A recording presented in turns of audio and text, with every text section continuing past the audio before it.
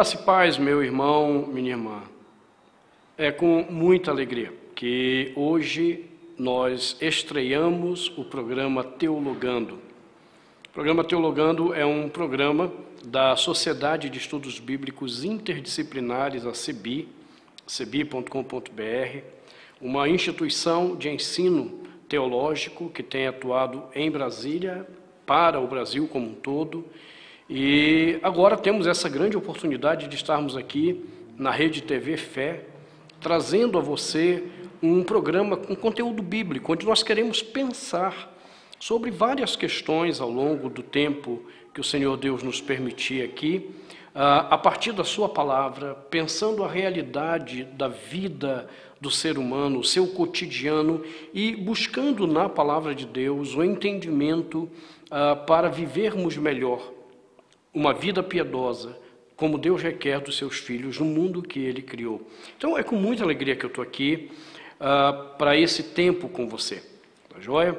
Você vai ter a oportunidade de ter outros professores da CEBI trazendo palavras, estudos, né? Reflexões sobre esses temas diversos que eu estou propondo a você. E eu não tenho dúvida que vai ser um tempo muito enriquecedor para a sua vida. Tá joia? Ok, nesse nosso primeiro programa, eu quero tratar com você de algo que foi a motivação do surgimento da CEBI. A CEBI nasceu em 2010 e ela tinha como propósito duas coisas bem básicas. Oferecer cursos que ajudassem nossos alunos a compreenderem a Bíblia com clareza, profundidade, clareza e praticidade. Isso aqui norteava o nosso entendimento, mas para isso nós precisávamos ensinar nossos alunos a ler a Bíblia de uma forma correta. E a outra questão era ler a Bíblia de uma forma também prática. Porque nós corremos hoje um grande risco de tomarmos a palavra de Deus, lermos com profundidade e terminarmos esse tempo com a pergunta: e daí? Eu lembro que isso aconteceu de uma forma cômica comigo quando eu estava no seminário. Na época, no Seminário Presbiteriano de Campinas, nós tínhamos uma atividade no seminário que era o sermão de prova. Sermão de prova era uma exigência, né, para obtenção de nota, aprovação, que a gente tinha que se submeter a partir do terceiro ano, depois de ter feito exegese, estudos de Antigo e Novo Testamento. Então, era hora da gente demonstrar no sermão que a gente havia aprendido aquele conteúdo para levar à igreja, para levar as pessoas que nos ouviriam. E então, chegou o dia de eu pregar nesse sermão de prova, e eu estava lá, né, preparei o texto e comecei a pregar. Nós tínhamos mais ou menos 15 minutos, porque em seguida era outro colega nosso que tinha que pregar. E eu tinha 3 amigos que eram muito gozadores. Eles eram, assim, sabe aquele cara que perde o amigo e não perde a piada? Eram esses meus amigos. E eles sentaram bem na frente, no auditório do Seminário Presbiteriano lá de Campinas, o SPS.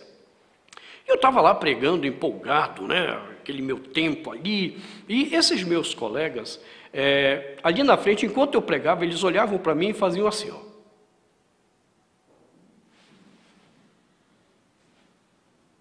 E como eu os conhecia, eu sabia que eles estavam aprontando alguma, né? E não deu outra.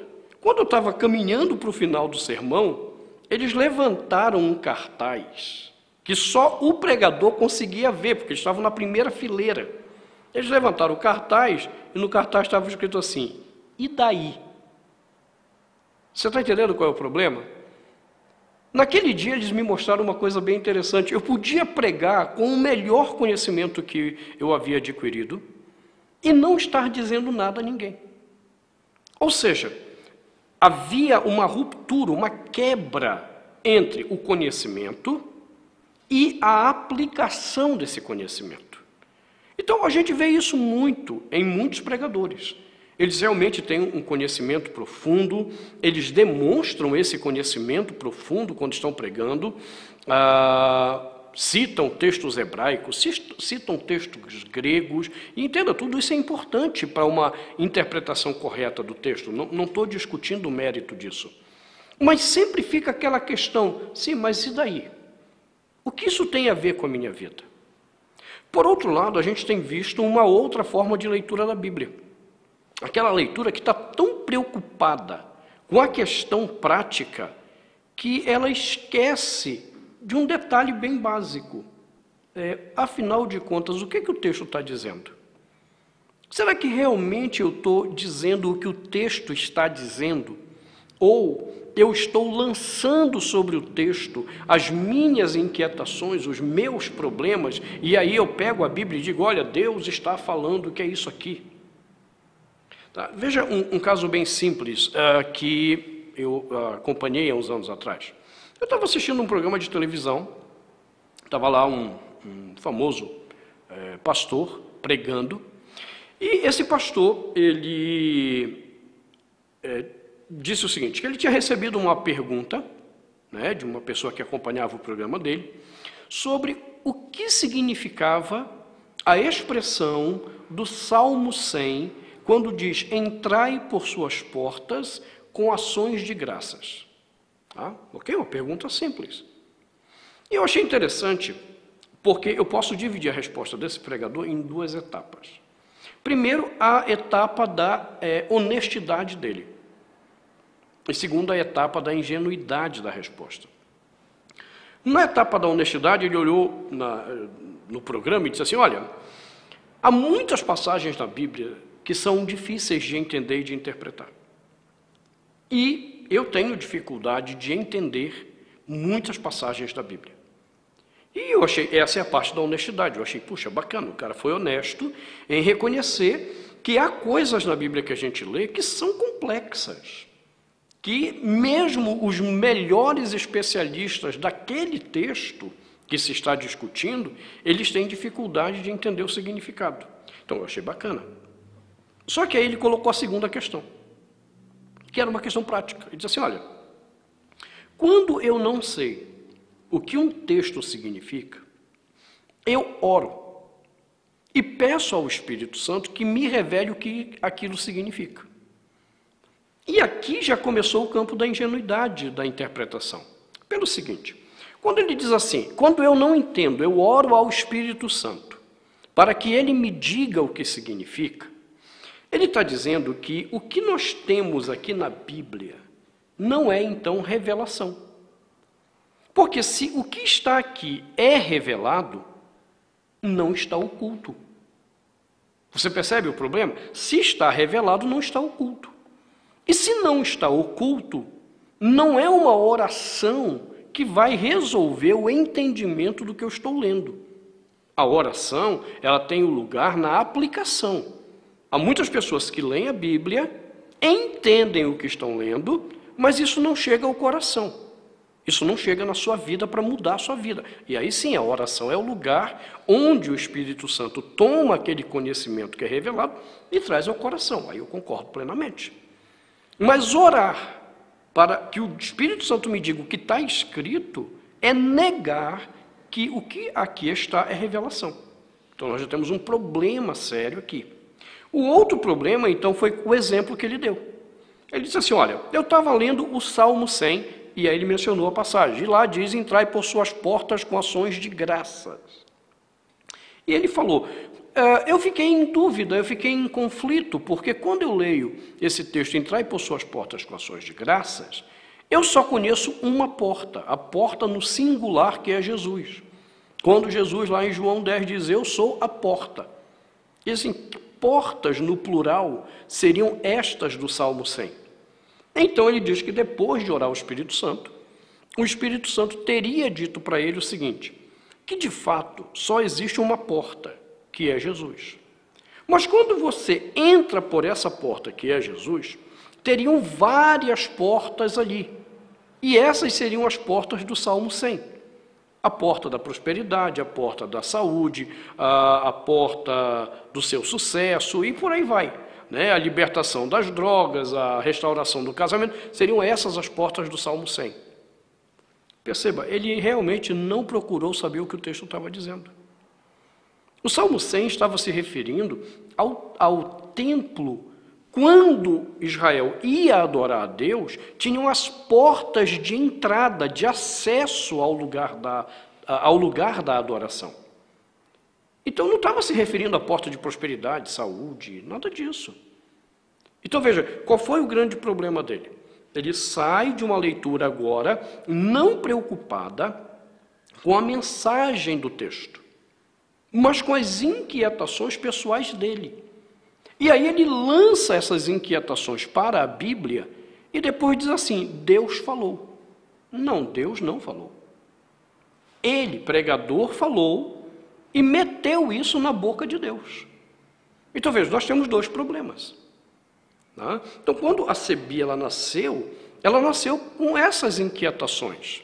Então nós precisamos ajudar as pessoas a entenderem de fato a mensagem da Bíblia, mas também ajudar essas pessoas a entender como esta mensagem se aplica, não só aos dias de hoje, mas também se aplica à vida dessa pessoa.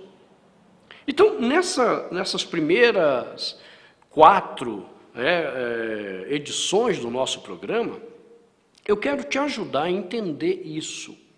Como fazer uma leitura da Bíblia que realmente seja fiel ao texto bíblico, daquilo que o texto está dizendo, e também como absorver na própria vida, na experiência com Deus, essa mensagem que você vai aprender, que você vai receber do texto bíblico. Tá? Como receber isso agora na própria vida? Ok? Pois bem, então eu quero começar essa nossa análise pontuando alguns problemas que a gente tem enfrentado para ler corretamente a Bíblia. Tá?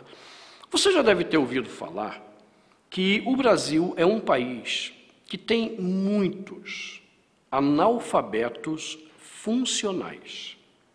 Tá? Analfabetismo funcional é uma grande questão hoje dentro das universidades, das pesquisas, que significa de uma forma muito simples o seguinte: a pessoa ela é capaz de ler, mas ela não é capaz de entender aquilo que ela está lendo. Nós temos um exemplo bem interessante no próprio Novo Testamento, no livro de Atos, quando Filipe se aproxima lá do etíope e pergunta, você entende o que você está lendo? E ele diz, como eu entenderei se não há quem me explique? Ou seja, ele apresentava uma grande dificuldade de compreensão. É isso que é chamado de analfabetismo funcional. Eu fui pastor durante muito tempo da Igreja Presbiteriana do Brasil, fui pastor na cidade de Tietê, em São Paulo, e lá tinha uma irmã que serviu para mim de inspiração na minha luta para ajudar as pessoas a entenderem a Bíblia. Essa irmã tinha 82 anos, quando eu a pastoreei. E ela foi alfabetizada pelo Mobral. Lembra do Mobral? Pois é. Essa irmã, ela sabia ler. Ela lia. Mas a coisa mais comum era quando eu ia visitá-la e ela dizia, pastor, eu não entendo o que eu estou lendo. Então, esse encontro com essa irmã me ajudou muito a gastar o meu tempo tentando ensinar pessoas a entender aquilo que liam. E o analfabetismo funcional, então, tem pontuado algumas questões que têm sido chaves para a incompreensão do texto. No segundo bloco aqui do nosso programa, eu quero começar a pontuar com você alguns desses problemas para que você tome cuidado na hora que você está lendo e, consequentemente, você possa fazer uma leitura melhor do texto. Então, nós vamos ao nosso intervalo, daqui a pouco estamos de volta. Te aguardo em nome de Jesus. Olá, gostaria de lhe apresentar um projeto que tem ajudado muitas vidas. O projeto social Missão Resgate.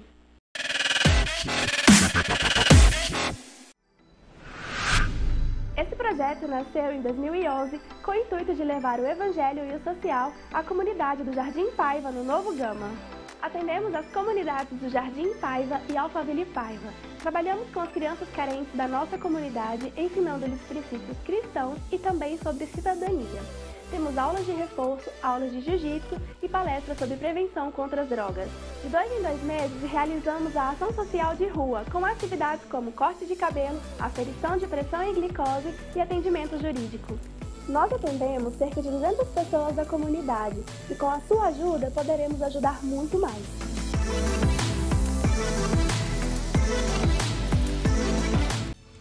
Olá você que assiste a Rede TV Fé. Deixa eu te dizer, sabe como é que nós mantemos a nossa programação no ar? Com a tua ajuda, com a tua oferta, com a tua doação. E como você vai doar? Deixa eu te dizer, tá vendo essa conta que está aparecendo aqui? É a conta dos Amigos da Missão. Você vai se tornar um amigo da missão e vai fazer uma doação para nós, assim, mantermos a nossa programação no ar. Temos custos, né? Temos trabalho, temos gravação, temos uma rotina toda de trabalho e isso gera custos. E por isso você vai nos ajudar. De que forma? Fazendo, digo mais uma vez, fazendo uma doação, fazendo uma transferência bancária, um depósito para essa conta. Você vai ser um amigo da missão. Se Deus te chamar para essa obra, para você ser um mantenedor, aceite esse desafio. Seja um dos amigos da missão colaborando conosco.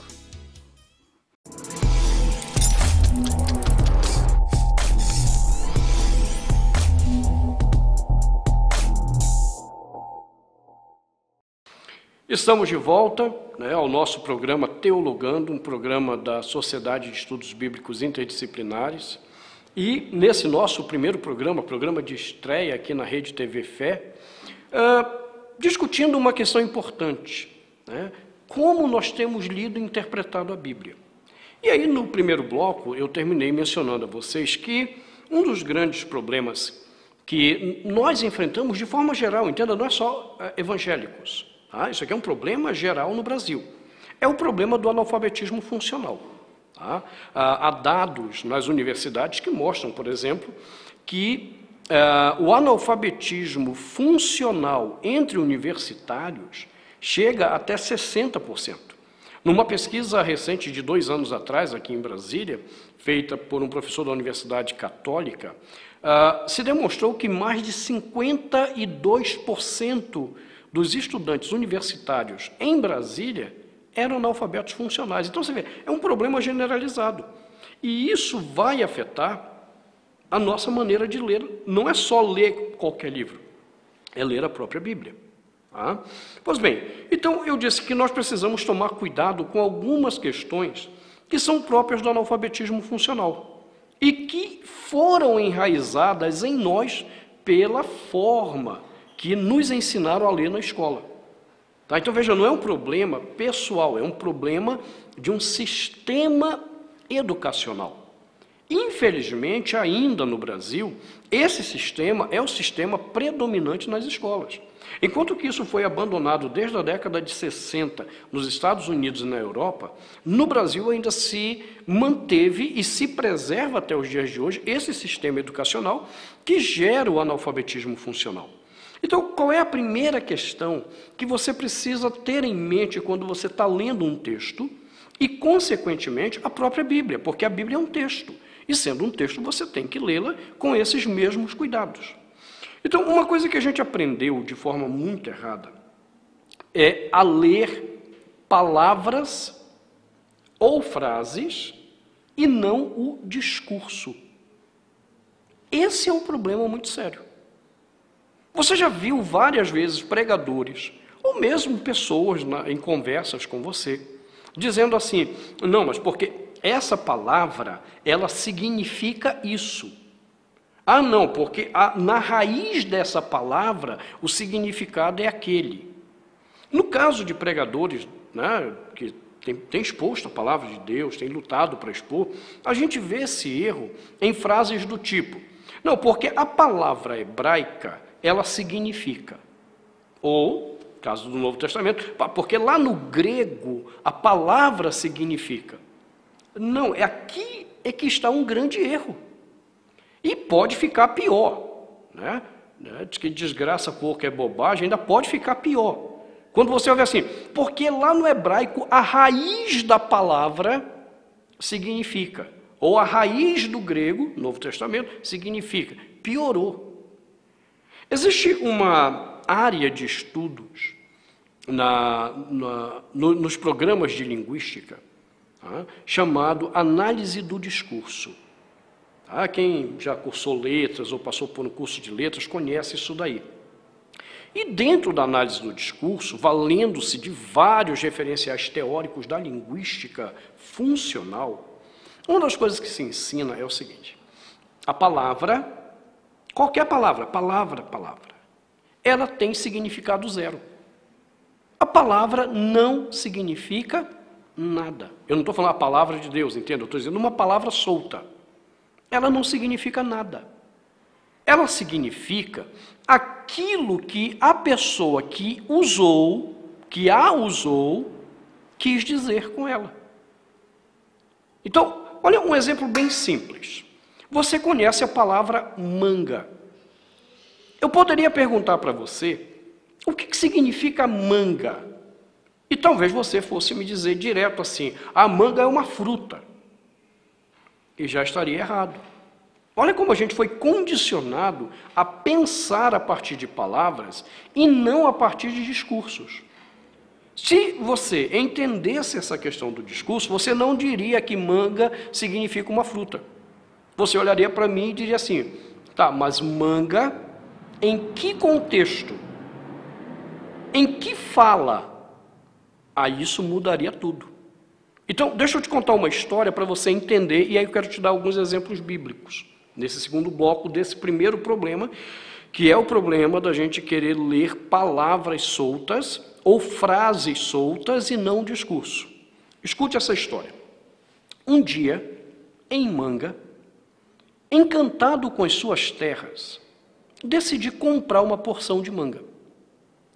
Visitei uma fazenda e o proprietário ali não estava. Decidi então conhecer suas terras antes de fechar o negócio ou propor o negócio. Caminhei muito e por isso fiquei cansado. Sentei debaixo de uma árvore e chupei uma manga. Como estava cansado, acabei adormecendo. E quando acordei, fiquei assustado porque as horas haviam passado. Levantei de um salto e rasguei a manga. Mas fui até a casa do proprietário daquela fazenda. E ele aceitou minha proposta e pude adquirir a porção de manga que eu queria. Como já era tarde, eles me convidaram para pousar na fazenda, o que aceitei. Então fui dormir. Ao raiar do sol, levantei e apaguei a manga. Me arrumei e fui tomar o café com aquela família. Enquanto conversávamos, eles brincavam por causa do meu jeito engraçado de falar. Então eu disse a eles: não manga deu. Foi um momento descontraído. Peguei meu carro para ir embora, feliz com a aquisição que havia feito, e meu carro não pegou. Abri o capô do carro e a manga estava rasgada. Tivemos que chamar o mecânico, a manga foi trocada e eu pude ir embora feliz para minha casa. Você percebeu quantas vezes eu usei a palavra manga nessa história? Então vamos lá. Um dia em Manga, decidi comprar uma porção de manga. Cansado, sentei debaixo de uma árvore, chupei uma manga. Eu rasguei a manga. Raiou o sol, eu apaguei a manga. Eu disse: não manga deu, e a manga do carro estava rasgada. Eu usei a palavra manga 7 vezes. Em nenhuma das 7 vezes, manga significava a mesma coisa.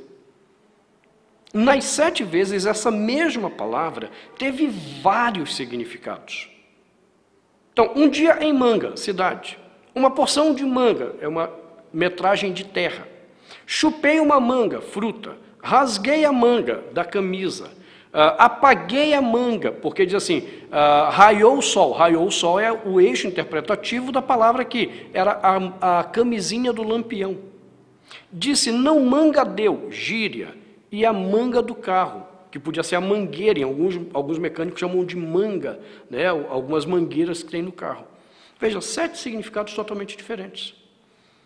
Quando as pessoas vão para a Bíblia, elas acham que a palavra só tem um significado. E elas dizem, porque no grego, porque no hebraico, ou alguns dizem, lá no Aurélio significa. Não entenda, essa não é uma boa interpretação. Lembre-se, a palavra, ela terá o significado que a pessoa que a usou quis dar a ela. Então, um exemplo na Bíblia para você ver. Um erro muito comum, meus alunos em cursos de exegese ou em teologia, ou por onde eu ando no Brasil, às vezes me perguntam, pastor, Mateus 3:11, o que significa ser batizado com o Espírito Santo? Porque você tem aí, né, muitas vigílias, né, vai ter o batismo com o Espírito Santo, perdão, não é o batismo com o Espírito Santo, me perdoe, é o batismo com fogo. Que ele diz assim, é um outro batismo, tem o batismo com o Espírito Santo e tem o batismo com fogo. Pastor, o que é o batismo com fogo? E eu digo, olha, se você entende que o próprio texto se responde, está no próprio texto, eu não preciso inventar. Então, geralmente, eu convido essas pessoas a abrirem as suas Bíblias em Mateus, capítulo 3, versículo 11, observe lá, Mateus 3, 11 em diante, diz assim, eu vos batizo com água, para arrependimento. Mas aquele que vem depois de mim é mais poderoso do que eu, cujas sandálias não sou digno de levar. Ele vos batizará com o Espírito Santo e com fogo. E está aqui a expressão. Ele vos batizará com o Espírito Santo e com fogo. E aí as pessoas pegam a ideia de batizar com fogo como se fosse uma coisa de poder, né? Uma coisa... Pois bem, mas observe que a continuação do discurso explica para a gente. Eu não tenho que, porque no grego a palavra pireia, que a palavra grega é pirei, significa fogo, como uma força, como... Não, eu simplesmente continuo lendo o discurso. No versículo 12, continuação, percebe? Eu li o 11, vem o 12. Ele diz, a sua pá, ele a tem na mão e limpará completamente a sua eira. Recolherá o seu trigo no celeiro, mas queimará a palha em fogo inextinguível. Observe, no mesmo discurso, há a explicação do que é o fogo. O fogo aqui é o símbolo da condenação de algo que não serviu para alguma coisa e foi metido no fogo para ser queimado mesmo, porque não servia para nada. Nesse caso, João está dizendo o quê? O João Batista, né, que está anunciando a vinda do Messias, ele diz, olha, quando o Messias vier, ele vos batizará com o Espírito Santo e também batizará com fogo. Ora, se fogo representa aqui, então, como eu estou mostrando no versículo 12, a ideia de condenação, o batismo com o Espírito Santo aqui é o contrário. É a ideia da salvação. Então, o Batista, né, o João Batista está dizendo, olha, quando Jesus vier, ou quando o Messias chegar, ele vai salvar alguns, batismo com fogo, mas ele também vai condenar a outros. Perdão, ele vai salvar alguns, batismo com o Espírito Santo, e condenará outros, batismo com fogo. Percebeu? No mesmo texto, fogo é muito claro o que ele significa. Então, eu não preciso ir buscar significados. O texto me dá os significados que eu preciso. Agora, eu poderia aumentar esse meu exercício. Como é que a gente aumenta? Lembre-se, a palavra tem um significado que o autor quis dar a ele. Quem escreveu o Evangelho de Mateus foi Mateus. Então, um exercício hoje muito fácil, porque tem muito programinha de celular, de computador, que você pega a palavrinha fogo ali, clica nela e vai aparecer os vários outros lugares em que essa palavra aparece no Novo Testamento todo. O que você tem que fazer? Recortar apenas a parte de Mateus. Tá? Como Mateus usou essa palavra? Aí você vai analisar. Quando você for analisar essa palavra fogo em Mateus, você vai descobrir que Mateus usou essa palavra toda vez para se referir a alguma coisa referente à condenação. Mateus nunca usou essa palavra com outro significado que não fosse o de condenação. Por que esse exercício é interessante? É porque o autor do texto, aquele que fala, que escreve, ele pode ter mais de um significado. Tá? Assim como eu, por exemplo, sei 7 significados de manga, e daí eu pude contar essa história para você, eu poderia, em algum momento, usar esses 7 significados como usei numa única história. Então a gente poderia olhar Mateus e ver se ele tinha algum outro significado para a palavra fogo. Então a gente sai marcando, eu já fiz esse exercício. Todas as vezes que Mateus utiliza a palavra fogo no evangelho dele, ele se refere à condenação. Ou seja, capítulo 3, versículos 11 e 12, o contexto é de condenação sobre a palavra fogo. No todo do evangelho de Mateus, ele só usou com esse sentido. Logo, batismo com fogo não pode ser algo como um poder sobrenatural, além do batismo com o Espírito Santo, alguma coisa que mexe comigo, me põe no chão, me quebra, me arrebenta. Não, não pode ser isso. Por quê? Porque o discurso não contempla essa ideia. E o autor sagrado, ao escrever, ele quis nos dar esse entendimento. Batizar com o Espírito Santo era ter a vida, era ter a salvação. Batizar com o fogo era trazer a condenação, a morte sobre a vida de alguém. Então veja, esse é o primeiro ponto. Num próximo programa, então, eu quero continuar analisando com você alguns cuidados que a gente tem que ter. Tá? Espero te ver no próximo programa, aqui na Rede TV Fé. Se você quiser conhecer a CEBI, cebi.com.br. Deus te abençoe, em nome de Jesus.